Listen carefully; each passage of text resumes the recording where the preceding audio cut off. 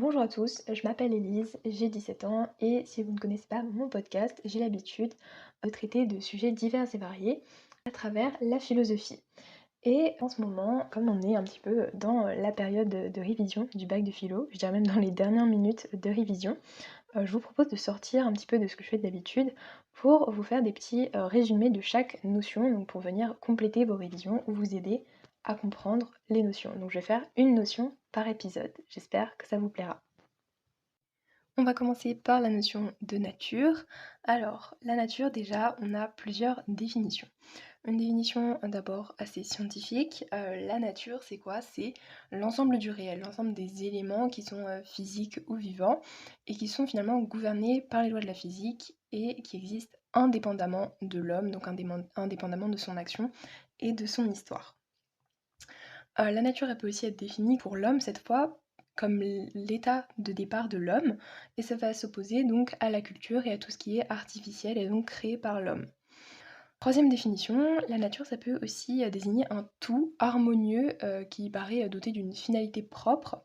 Et donc, lié à cette définition, on a l'idée que tout ce qui est naturel est meilleur pour l'homme et pour le monde, et que l'homme vient justement dérégler l'ordre naturel des choses. Donc, ces définitions, on va les lier à 2 conceptions. Donc la première conception, c'est la conception radicale, qu'on appelle aussi écocentrée. Donc cette conception, elle va être tournée vers les écosystèmes. Selon donc, ce point de vue, tous les milieux, toutes les espèces ont des droits et doivent être, respectés. Mais cette conception, elle est minoritaire. Celle qui est majoritaire, c'est la conception pragmatique ou anthropocentrée, qui est donc, basée sur l'idée que l'homme est maître de la nature et que tous les éléments naturels sont un stock pour l'être humain qui en est maître. Donc on va directement passer aux différentes visions philosophiques. Donc d'abord on va partir du point de vue de Descartes. Donc Descartes, il était donc croyant et pour lui les règles de la nature elles étaient créées par Dieu et c'est pour ça que la nature pour lui elle est sans faille. On a l'idée que la nature est très bien faite, elle est parfaite et elle est aussi universelle, elle est présente partout sur Terre.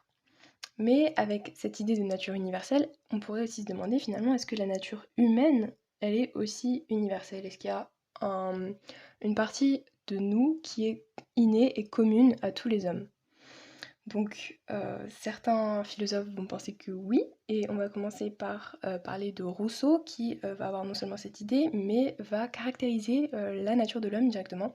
Il va dire que l'homme est naturellement bon, et c'est la société qui le déprave. Donc c'est une citation, l'homme est naturellement bon et c'est la société qui le déprave. Donc pour Rousseau, la nature humaine, donc, elle est bonne et l'homme va être changé et dénaturé quand il va vivre en société. Et ça, c'est dû à la perfectibilité de l'homme. Donc la perfectibilité, c'est la capacité d'évoluer, d'acquérir notamment des connaissances, etc. Donc nous, on peut voir ça comme quelque chose de positif, mais pour Rousseau, c'est quelque chose de négatif, puisque ça va permettre à l'homme d'avoir ses désirs et objectifs qui vont être altérés par la société et par la culture. On a un point de vue assez opposé, qui est le point de vue de Thomas Hobbes, puisque Thomas Hobbes va nous dire à l'état de nature, l'homme est un loup pour l'homme. Donc ça ne veut pas dire que l'homme est mauvais, mais ça veut dire qu'il va être naturellement amené à être violent et à être en conflit. Puisque pour lui, à l'état de nature, tous les hommes sont égaux. Donc ça va causer une certaine défiance parce que chacun peut faire du mal aux autres. Et donc on a presque une idée de légitime défense permanente et ça va engendrer une guerre de tous contre tous où les hommes vont être prédateurs les uns des autres. Et donc il est par conséquent nécessaire de poser des règles par le pouvoir et de poser des règles en fait dans la société pour permettre à chacun de vivre donc en paix et avec les autres. On a un point de vue assez opposé qui est justement que l'homme, enfin la société n'est pas nécessaire finalement, mais elle est naturelle. Donc c'est le point de vue notamment d'Émile Durkheim qui est aussi un sociologue. Donc pour lui, ce qui distingue l'homme des animaux, c'est que les hommes ne sont pas seulement guidés par leur instinct, mais ils sont aussi guidés par les institutions et ils sont doués de parole. Durkheim va aussi dire que la société, c'est l'élément qui différencie vraiment les humains des animaux, et parce que la société va nous permettre de coopérer, d'avoir une mémoire qui va tenir au fur et à mesure du temps, et qui va permettre donc une transmission du savoir, une transmission, de l'histoire, humaine et donc toutes ces caractéristiques sont essentielles, aux hommes et donc c'est cette société qui va justement permettre cette accumulation de savoir. Ensuite, on a le point de vue d'Aristote, qui va suivre encore une fois, le point de vue de Durkheim.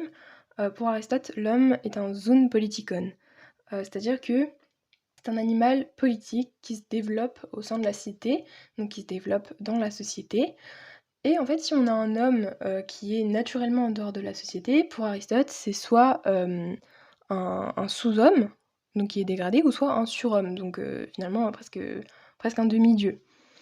Pour Aristote, la vie en communauté, elle permet une vie heureuse parce que les individus seuls, ils ne peuvent pas, se suffire à eux-mêmes.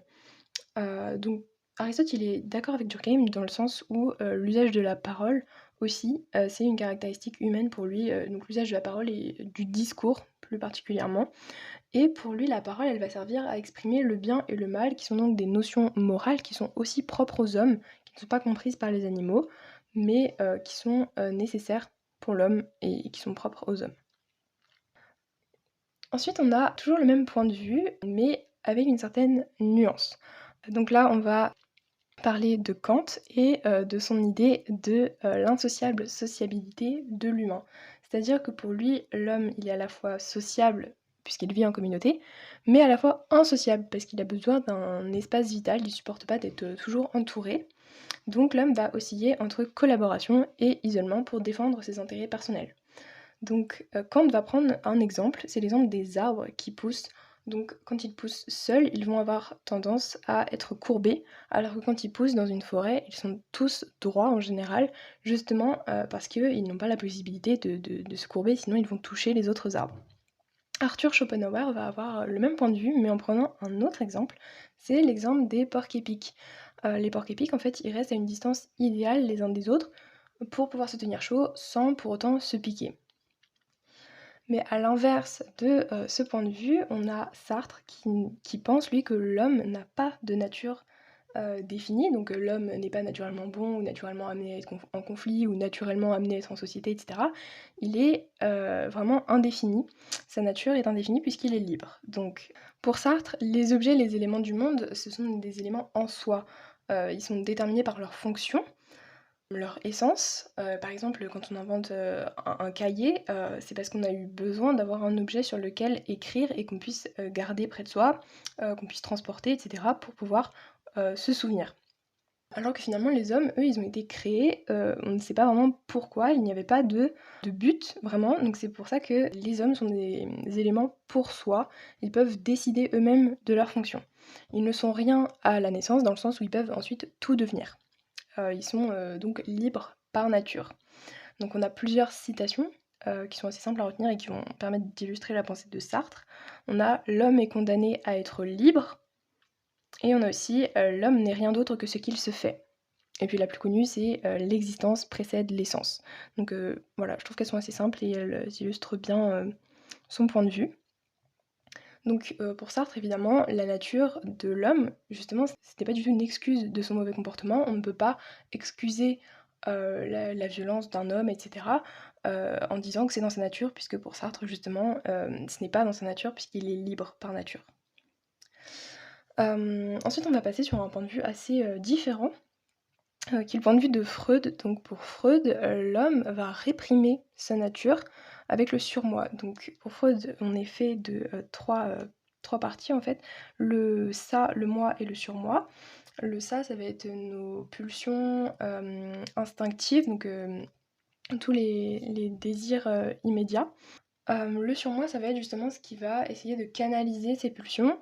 Ça va être, toutes les règles qu'on a acquis, depuis, notre naissance, donc en grandissant. Donc ce surmoi, il est plutôt positif parce qu'il permet justement de vivre en société, mais il peut devenir négatif quand il est trop puissant et donc quand il censure trop nos désirs naturels et instinctifs et pour Freud, c'est ça qui va, créer donc une violence en nous, qui va être donc emmagasinée et qui va déferler d'un coup, par exemple, lors des guerres. Donc L'homme, pour résumer, c'est un être de nature et de culture. Il doit trouver un équilibre entre les deux, puisque s'il domine trop la nature, qu'elle soit donc extérieure ou intérieure, ça mène à quelque chose de négatif, puisque si l'homme domine trop la nature extérieure, on peut donc aboutir à une catastrophe écologique, alors que s'il domine trop sa nature intérieure, on va avoir donc une explosion de violence due à la répression des désirs naturels. Mais alors, on peut se demander comment on peut se rapprocher de la nature, finalement, ne pas trop s'en éloigner.